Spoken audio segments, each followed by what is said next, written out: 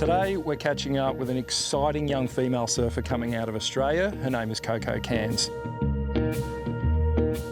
Now, she's not your typical aspiring pro surfer. She's doing things a little differently and she's doing them her way. Let's go get to know Coco Cairns a little better.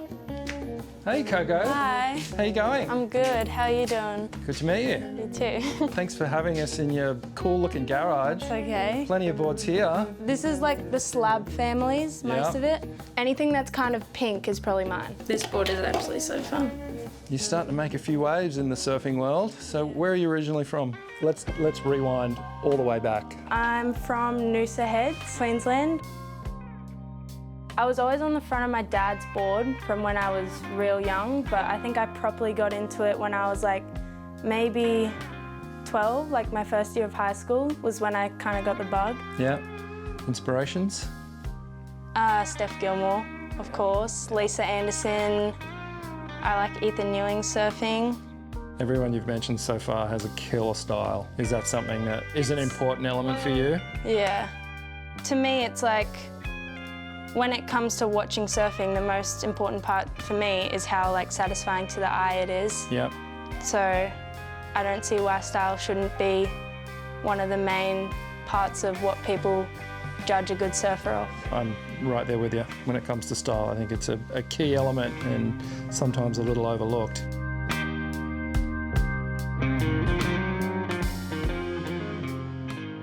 Let's start having a bit of a deeper dive into some of these boards that you're riding. Let's start here with Steph's board. How's this one going for you?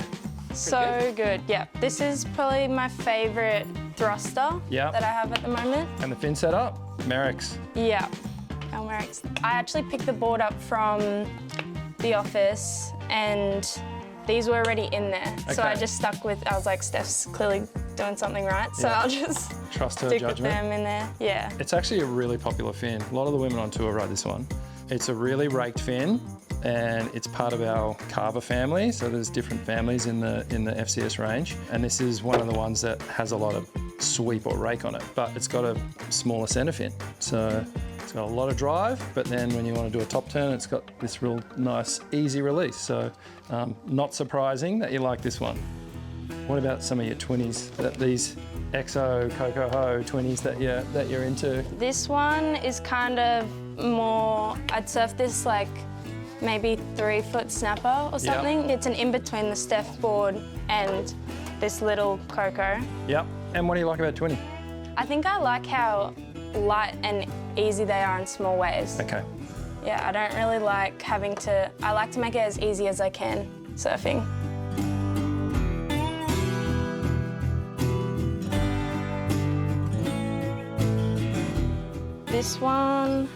This I surf on smaller days. Yeah. I kind of have been grabbing this almost every day this summer until this last swell. Really? Yeah, this is the new album fins in this one.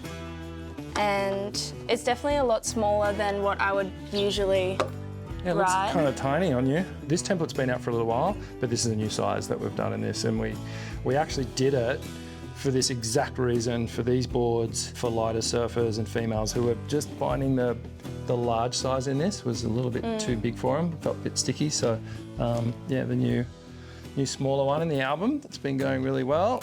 And what's happening with the Pizel over there? This is a hand-me-down. Oh, is that another one? Yeah, I surfed this. You're good at stealing surfboards off people. I'm really good at stealing surfboards. I surfed it for the first time yesterday, which is kind of interesting, but it went really fun. What I did notice is that you got the H4s in there. Yeah, I surfed Have you ridden these before? Have you surfed these before? I reckon I surfed only these fins for about like 4 years straight. Seriously? Yeah, I have like a bad habit of I'll just put fins in a board and I'll kind of just stick to it. And I've been trying to like change it up a bit, putting in the carvers when it's a bit bigger. Yeah.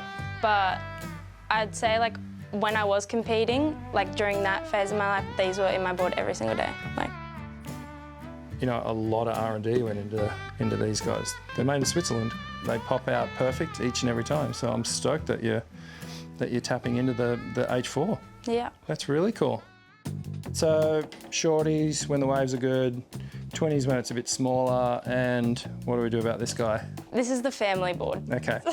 I'm not going to claim it and say that it's mine, but Yeah, I've known Thomas like my whole life growing up, seeing him on the point, so it's so nice when I can surf one of his boards. I feel like when you're surfing a Thomas in Noosa, it's like, feels like a community thing almost.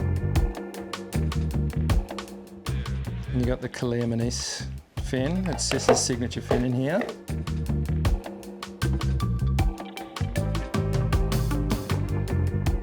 I mean, the best thing about these fins is that you can just pop them out and move them because of the FCS2 base.